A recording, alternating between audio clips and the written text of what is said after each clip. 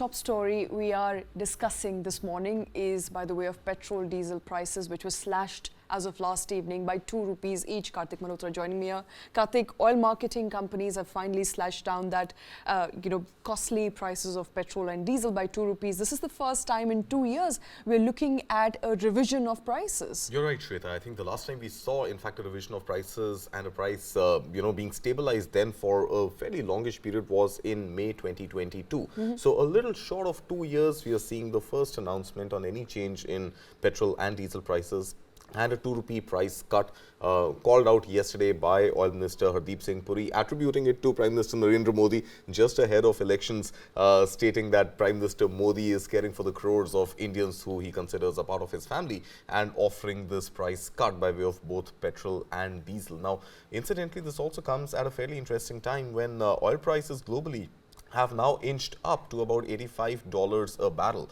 It is still well within India's comfort zone, and India's own sort of, growth calculations, current account deficit calculations are done, keeping a threshold of about $90 or so. Anything below $100 is comfortable, and anything below 90 is actually all right. But we had seen globally oil prices also cool considerably, especially in the wake of the Israel-Hamas war and the immediate aftermath of that.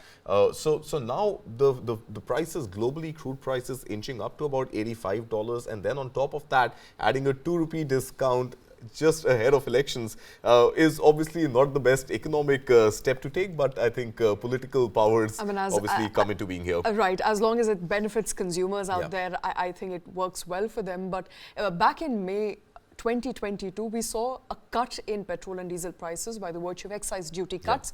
But this time around, it's the OMCs who are going to bear the brunt of it. I mean, honestly, I don't think they're bearing much brunt of it, Shweta. We have seen OMCs really rake in huge profits anytime there was a reduction in oil prices globally. We haven't really seen any of that being passed on to customers. And in fact, every now and then the government has also imposed something called a windfall tax. So when OMCs have ended up making supernormal profits on account of global crude Brent prices, being low, being cool, those prices have resulted in some sort of a windfall tax, and then many a times those windfall taxes are also taken back. So OMCs have made enough money. I don't think they're bearing any brunt of it. But yeah, I think broadly, if you were to look at the overall India consumption story, and about close to 60% of India's GDP is driven by consumption. Now, this 2 rupee cut on every litre of petrol and diesel. Petrol, obviously, for those who are driving petrol cars, and that's a large chunk of the population. I mean, every time you get a tank full, let's say your fuel tank is 50 litres also in an SUV, you're talking about a 100 rupee reduction on your overall tank full of petrol. But I think the impact on diesel is substantially higher, and the multiplier is that much more pronounced, because that is the fuel used for transportation, for logistics. So an indirect impact on cooling of vegetable prices, cooling of dairy prices, and overall impact on inflation by way of A, boosting consumption by the money that consumers are saving by way of paying extra for fuel, and on the other hand, cheaper logistics, enabling inflation, hopefully at some level, to come down going forward. All right. Although it was expected, I remember doing the story late in December last year, and the expectation was about 5 rupees cut on petrol and diesel.